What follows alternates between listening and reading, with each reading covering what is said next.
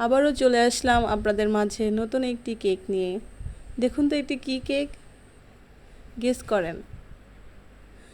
Guess করতে পারলেন না তো? চলুন তাহলে দেখাই, পাশেই থাকুন। প্রচণ্ড এই গরমের মধ্যে কেকটি বানাতে খুবই কষ্ট হয়েছিল এবং ঝামেলাও হয়েছিল, তবুও আলহামদুলিল্লাহ কেকটি ফিনিশিং মোটামুটি ঠিক করতে পেরেছি। চলুন শুরুতে চলে যাই। আমি একটি 1 ডিমের কেক মেক করেছি। যেহেতু 1 ডিমের মেজারমেন্ট, শুকনো উপকরণের মেজারমেন্ট দেওয়া আছে, তাই আমি নতুন করে আর কেক বেকের ভিডিওটি করিনি, শুধু আনমোল্ড থেকেই শুরু করে দিলাম। কেকটি এত সফট হয়েছে যে এক হাতের মুঠোয় চেপে ধরা যায়। তবে একটি মাছি খুব জ্বালাতন করছিল ভিডিওর মাঝখানে, সমস্যা নেই। তো কেকটি খুবই গরম ছিল আর খুব ইমার্জেন্সি অর্ডার ছিল আমার এটা, তাই আমি গরম গরমই কাটিং করে নেই। দেখুন কতটা সফট হয়েছে, আমি হাতে চেপে ধরছি তাও এটা ভাঙছে না, এক ছিটো ফোটাও ভাঙছে না। খুবই সফট হয়েছে কেকটি, খুবই সুন্দর হয়েছে। আর ডিমটি খুব বড় হয়, কেকটিও বড় হয়েছে। এখন আমি ক্রিম মেপে নেব। যেহেতু হাফ পাউন্ডের কেক, আসলে যারা বেকার আছেন তারা বলতে পারবেন বা বুঝতে পারবেন যে কেকের মেজারমেন্ট ঠিক রাখা কতটা টাফ। এখন এই কেকটি, হাফ পাউন্ডের কেকটি ক্রিম কোট করতে কতটুকু ক্রিম লাগে এবং হাফ পাউন্ড মেজারমেন্ট ঠিক রাখার জন্য খুবই হিসাব মিলানো কঠিন হয়ে যায়। তবু আমি প্রথমে 100 গ্রাম ক্রিম নিয়ে নিয়েছি, তারপরে দেখি যে হয়নি, বিট করার পর আবার আমি ক্রিম নিয়ে নিয়েছি। 60 গ্রাম বা 50 গ্রামের মতো নিতে চেয়েছিলাম, পরে বেশি হয়ে গেছে আর কমাইতে পারিনি। তো ক্রিমটা ছিল 2টি কালারের, একটা আমি একটু অফ হোয়াইটের মধ্যে রেখেছিলাম আর বাকিটা আমি হলুদ কালার করেছিলাম, একদম র কাঁচা হলুদের কালার, যেটা সরিষা ফুলের কালার, সেই কালার। তারপরে আমি নিয়ে নিলাম এখানে 200 গ্রামের মতো রসমালাই। এবার বুঝতে পেরেছেন এটা কী কেক? হ্যাঁ, এটা রসমালাই কেক। ক্যামেরার কারণে মাঝে মাঝে ক্রিমের কালারটা ঝাপসা হয়ে আসে, তাই হয়তো বা আপনারা বুঝতে পারছেন না, তবে এটা সরিষা ফুলেরই কালার। এখন আমি ক্রিমটি একটি পাইপিং ব্যাগে ভরে নেব। এখন আমি এটা ক্রিম কোট করার জন্য প্রস্তুত করে নিচ্ছি।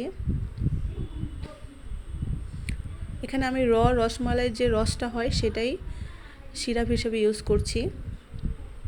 দেখুন গরমের কি অবস্থা, আমি গরমে ক্রিমটা যতই বিট করি না কেন গলে গলে পড়ছিল, তাই দ্রুত কাজ করার চেষ্টা করেছি। এখন আমি ক্রিমের ওপর দিয়ে কিছু রসমালাই ভেঙে নিয়েছি, সেগুলো দিয়ে দেব। ছোট্ট একটি কেক, তাই পরিমাণও খুবই কম, যেহেতু হাফ পাউন্ডের কেক। তবে আমি যথেষ্ট চেষ্টা করেছি বেশি বেশি দেওয়ার, তবে অবশেষে আমি মাপ ঠিক রাখতেই পারিনি।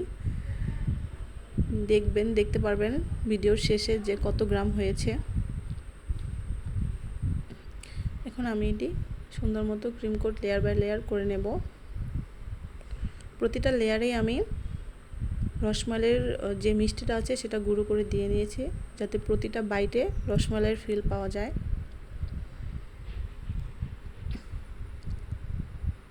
আসলে সারাটা বাড়ি ঘ্রাণে মোমো করছিল এই রসমালাই কেকের।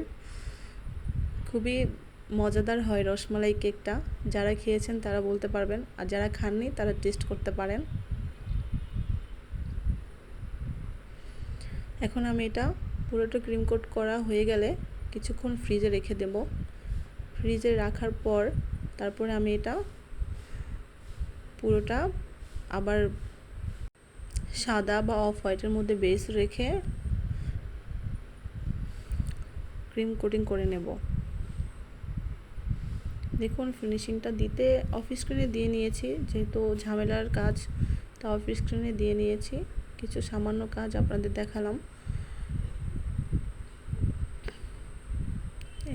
এখন আমি এটি আবার কিছুক্ষণ ফ্রিজে রেখে দেব কালারটা দেওয়ার পর। এখানে আমি অয়েল ব্রাশের মধ্যে ইয়েলো কালারটা একটুখানি লাগিয়ে নিয়েছি, একটুখানি, তারপর ওইটাই ব্রাশ করে দিয়েছি।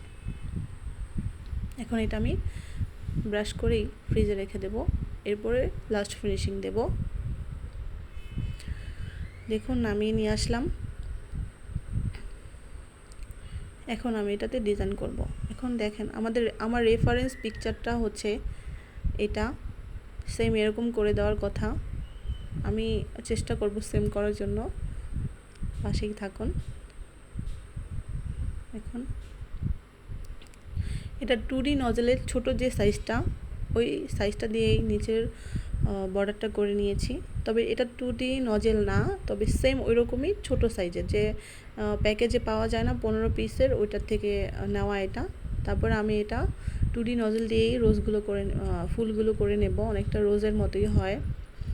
ছোট্ট কেক আসলে ডেকোরেট করার জায়গা থাকে না, হাফ পাউন্ড কেক আর কতটুকু হয়। তারপর আমি ছোট করে ফুল দিয়ে নিলাম এবং সাইড দিয়ে গ্যাপে গ্যাপে আমি রসমালাইয়ের টুকরোগুলো দিয়ে দেব, যেটা আপনারা প্রথমেই দেখেছেন ভিডিওর শুরু। তো অবশ্যই আমাকে জানাবেন কেকটি কেমন হয়েছে এবং অবশ্যই আমাকে ফলো দিয়ে, লাইক দিয়ে, কমেন্ট করে পাশে থাকবেন। আল্লাহ হাফেজ।